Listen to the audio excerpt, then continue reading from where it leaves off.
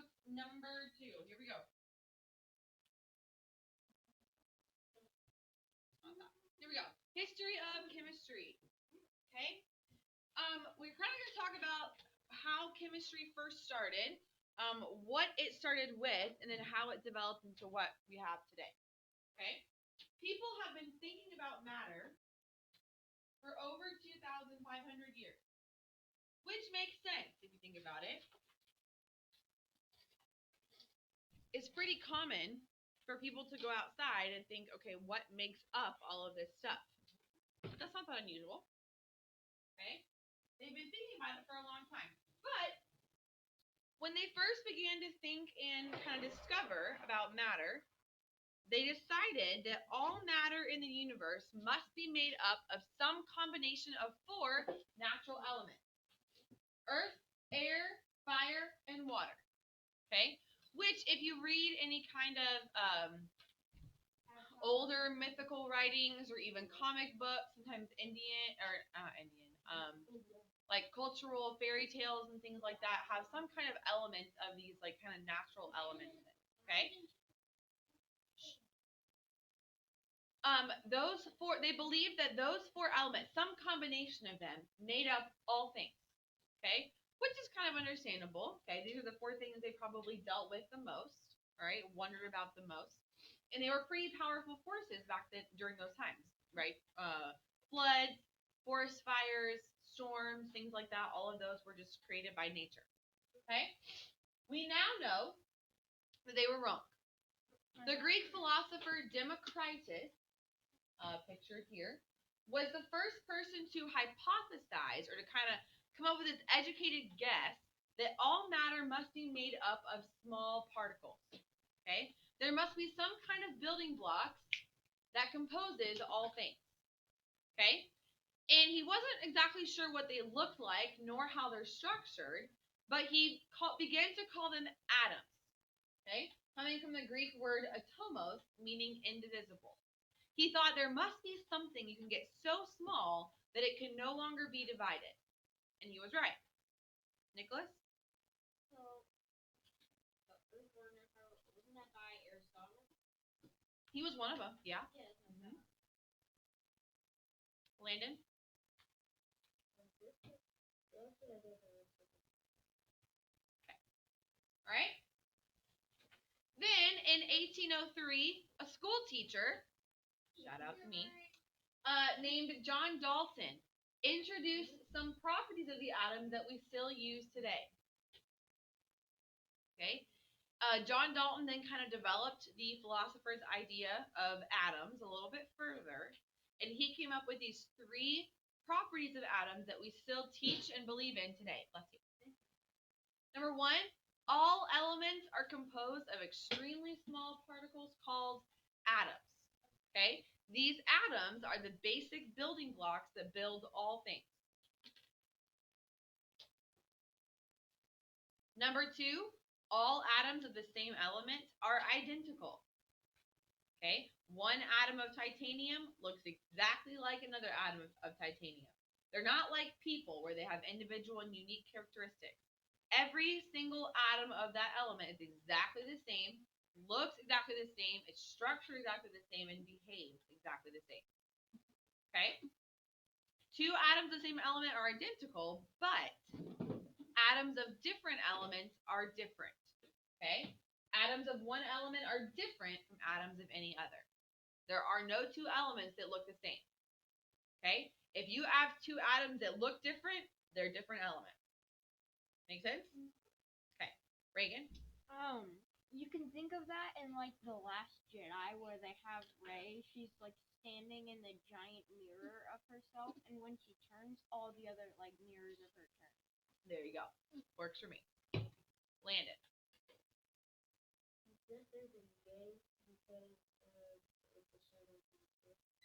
To myself, yeah.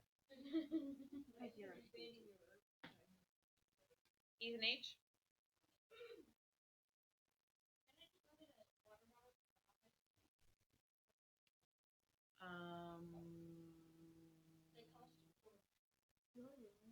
Quickly. Not these.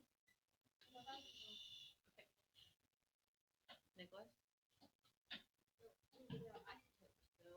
Are those different? They are not different in protons. They're different in neutrons. Okay, yeah. Which we'll get to. They're slightly different. Correct. But they still behave exactly the same. Yeah. Because of the proton. Okay? So, talking about atoms. An atom, Anna, is the smallest unit of matter. Okay? Specifically, it is the smallest particle into which an element can be divided and still maintain properties of that element. Okay? We discussed this. It is the smallest you can go and still have that particle behaving like that particle. Okay? It's kind of like a piece of paper, right? If you cut a piece of paper, you can keep, cutting it smaller and smaller and smaller and smaller and smaller and smaller and smaller and smaller and smaller and smaller and smaller and smaller and smaller until you no longer have the paper anymore. You see what I'm saying? Okay? Eventually, you're going to get down to like the very smallest particle you can get, and then it no longer behaves like paper. Does that make sense? Okay? That's kind of what I'm talking about here. The atom is the smallest you can go. Parker? So it's kind of stating the same thing twice, because up here it says he used the word atomic meaning indivisible to describe a particle. Mm-hmm. And then right here it says the word is taken from atomic meaning. Mm-hmm. So I would make sure you really know it. Bella? What do you mean by so that it's still the shape? What was that? So, for example, if it's an atom of metal, it will behave like a metal. Magnetic, shiny, things like that. If it is an atom of a gas, it will behave like a gas. If it's an atom of a liquid, it behaves like a liquid. Things like that. Okay.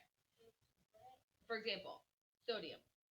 We know that sodium is a very reactive metal when it comes in contact with water, right? Even if I have one atom of sodium, it will still be highly reactive in water.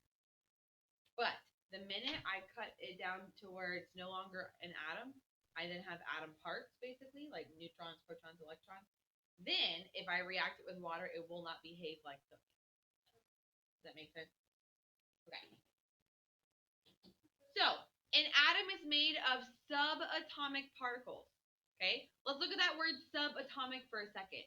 What does the prefix sub mean? Anna, if I catch you doodling and not listening again, I'm going to say real more. Okay? What does the prefix sub mean? Kayla? Under or below, right? Like a small part of underneath something bigger. So a subatomic particle is the smaller parts of the atom. The parts of the atom below the bigger picture. Okay? There are 3 subatomic particles. We discussed these in the vocab as well. First one is protons.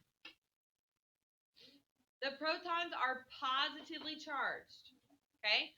So just like we did in the vocab, I want you to underline the P in protons and put a plus sign off to the side. That's to remind you that protons are positive. Okay? Where are the protons located? Someone raise your hand and tell me. Where are the protons located? Trinity? In the nucleus. Very good. All right? The electrons, sorry. The electrons are charged how? Class? Negatively. Good. Negatively charged. Off to the side, I want you to draw the negative sign.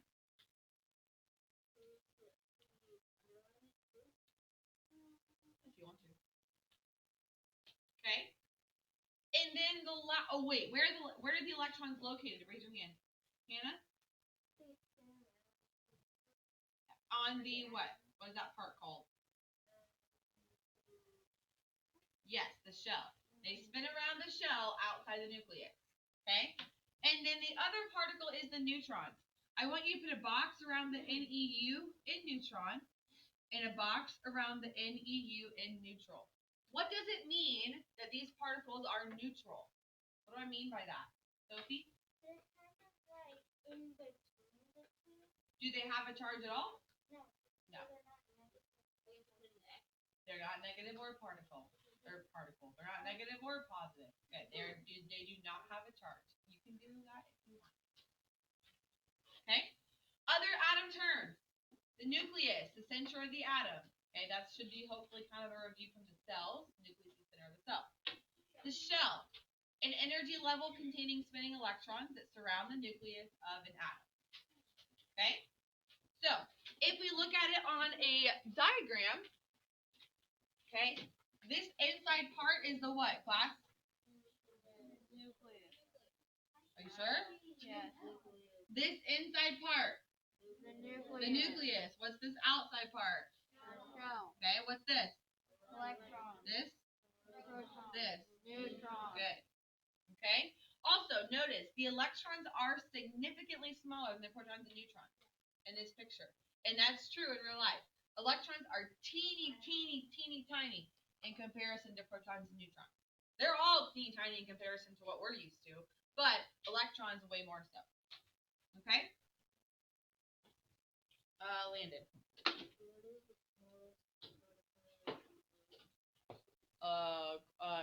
Quartz or something? Tiny things that make up these things, basically. That's a small loop guide.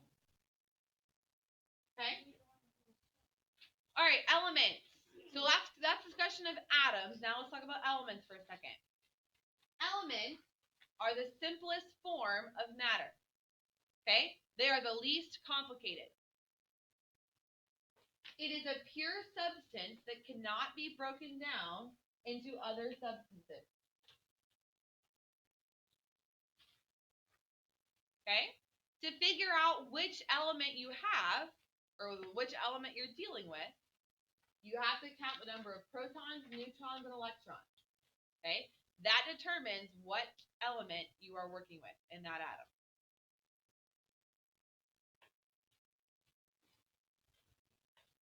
Counting the number of protons, neutrons, and electrons.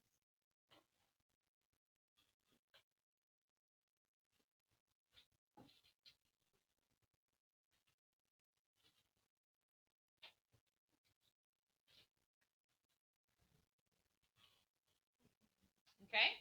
So let's practice that a little bit. An atom with one proton is an atom of the element what? Raise your hand. You can tell me the symbol if you don't know the name. Caleb? Hydrogen. Good. Capital H, number 1. An atom with 2 protons. Okay, so 1, 2. These are 2 neutrons and then 2 electrons. An atom with 2 protons is an atom of the element. Even H? Helium. Symbol capital H, lowercase e. An atom with 79 protons is an atom of what element? Give me the symbol if you don't know it. Connor? Capital A, lowercase u, which is a symbol for gold. Okay? Notice there are, you can't see them as well in these as you can in these, but there are 79 protons in the middle here. Probably 79 neutrons, maybe a little different. And then 79 electrons around the outside. Also notice, okay, each of these little yellow dots represents an electron. Okay? A lot. Notice also, the more electrons you have, the more shells you have. Here's 1 shell, 2, 3, 4, 5, 6 shells. Okay? Because each cell can only hold a certain amount. Landon? Yeah. I see. Ethan H?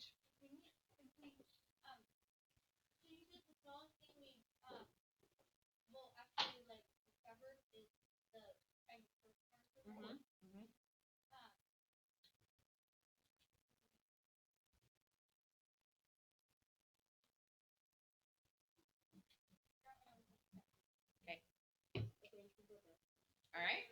So, you always identify an element by counting the number of protons. Always. Okay? There are over 100 different types of matter called elements. In fact, there are 118 as of 2013 or something, when they discovered the last couple. Some of these elements include carbon, hydrogen, oxygen, helium, sodium, neon, etc. And I'll show you where these are on this table in just a minute. Now, of all those 118 elements, your body, a human body, is 97% made out of oxygen, hydrogen, carbon, nitrogen, calcium, and phosphorus. That's it. Of all those 118 elements, the vast majority of your body is composed of only 6. Okay? Pretty incredible. Parker? How did people like discover how many protons are? I do not know. I think it depends on if they have like a certain Great thing that question. they can see with them, a specific microscope. Either that or they can determine them from. Don't know. Sophie?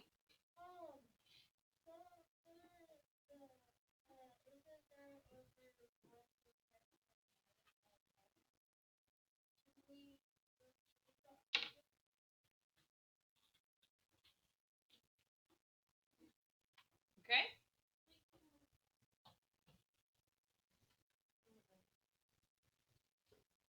Anna, figure it out, please. Okay? All right. Let me show you on, if you're still writing out, that's fine. Let me show you on the chart where these are. Okay? So, we have, I'll show you the first one first. So we have carbon, hydrogen, oxygen. Here's carbon. Here's hydrogen. Know that one probably. Here's oxygen. Okay? Then we have helium, sodium, neon. Here's helium. Here's sodium. And here's neon. Okay? Now, there's obviously lots more. But of these 118, the main 6 in your body are oxygen, hydrogen, carbon, nitrogen, calcium, and phosphorus. Yes.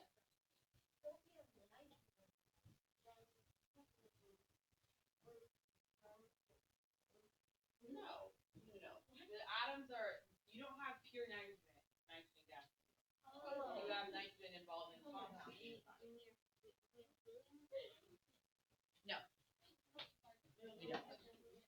Okay? Now, remember, that's just 97%. You can have other elements in your body, but it's not nearly as common. Okay? All right. How do we keep track of all these elements? Simple. Not simple, but here's the answer. We use a structured, organized chart called the periodic table of elements. Okay?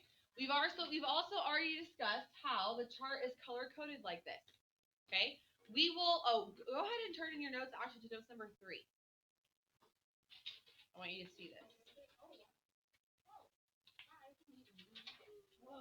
Okay? Notes number 3, that is your periodic table. Okay? That's the one that we will color code together and talk about the different groups and kind of chart it out. Okay?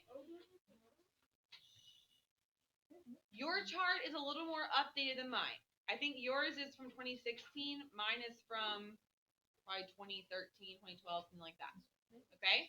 So yours has the names of elements like 113, 114, 115, 117, 118.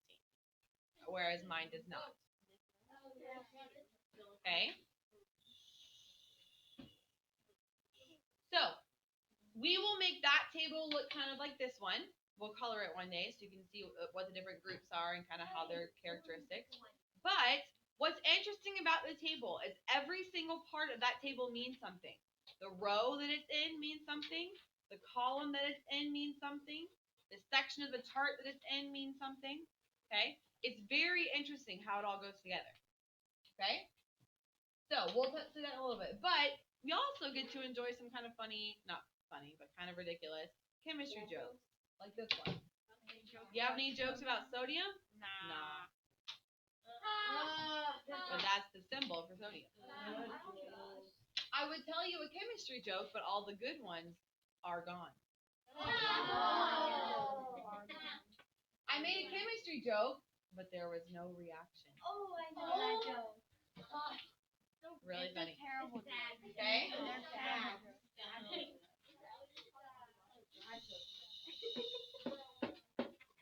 The periodic table of elements is the table originally created by Mendeleev, a guy named Dmitri Mendeleev.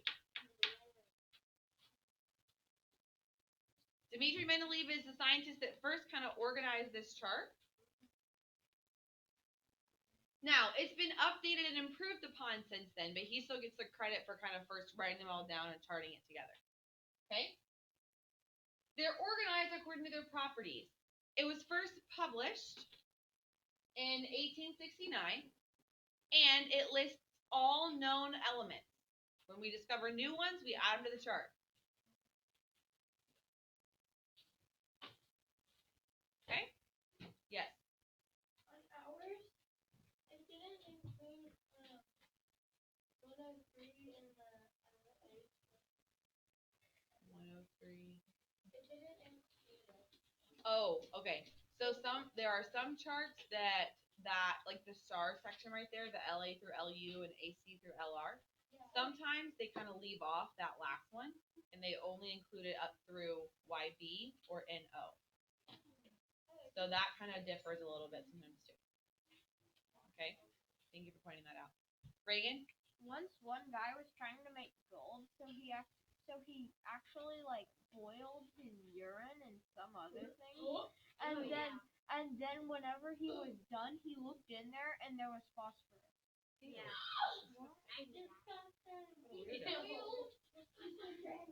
All right, next part. Here we go. It's a golden liquid. The atoms are arranged to show characteristics and relationships between atoms and groups of atoms.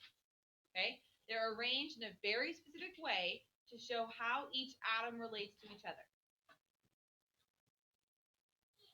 Okay? It is organized by increasing atomic number. All right? We discussed this before. The atomic number tells you how many what are in the atom. One, raise your hand. The atomic number tells you how many what are in the atom. Anna? Protons. Very good. Okay? So as you add more protons, the numbers go up and the elements change. In this example right here, the atomic number is in the top left corner. Okay? So on my chart back there, it's in the top right corner. Sometimes it's in the center, either on top or bottom. Okay? Just depends kind of where it might be. But it's always the whole number, and it's always less than 118, or 118 exactly. Okay? So, but that tells you how many protons are in the atom. Now, here's the other thing you got to know. Atoms do not like to be charged. What I mean by that is this. Every proton carries a positive charge. Every electron carries a negative charge. The only way to have an atom with no charge is to have both amounts equal, right? What if I have more protons than electrons? Then my whole atom will carry a positive charge. If I have less protons and more electrons, my whole atom will carry a negative charge. Atoms don't like that. They like to be neutral. They like to have the same charges on positive and negative. There are a couple different ways they can get there, okay, which we'll go over later, not today. But usually we can say that the number of protons is equal to the number of electrons. Sometimes that's not right, okay? But usually, if there are 20 protons, there will also be 20 electrons, okay? If there are 47 protons, how many electrons will there be, class? 47. There should be 47. Okay? Trinity? If the numbers are not equal, it just means that atom is like a either, you know how magnets have a positive and negative side? That atom will have either a positive or a negative charge. And it will be attracted to an atom with an opposite charge. And it will try to bond. Okay? Which we'll get to in a little bit. Landon? I missed the professor told us 1869, I think. Yeah, 1869. It lists all known elements. What if there's more neutrons? Good question. Neutrons, which are electrically neutral, they don't affect the positive or negative of the atom. All they do is add more weight to the atom.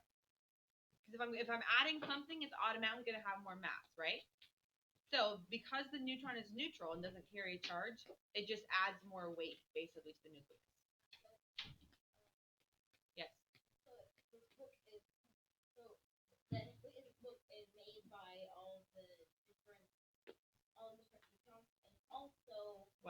all the gravity is pulling it, and also the weight pushing it down. well, the reason why it weighs what it weighs is because all of the atoms in it have a certain mass, and gravity is pulling on that mass, causing it to have a weight. Neutrons that pull the neutrons. The whole thing, the whole atom. Yes. So when will we learn about what the number of layers are in the decimal number? We'll get there. Okay? Caleb?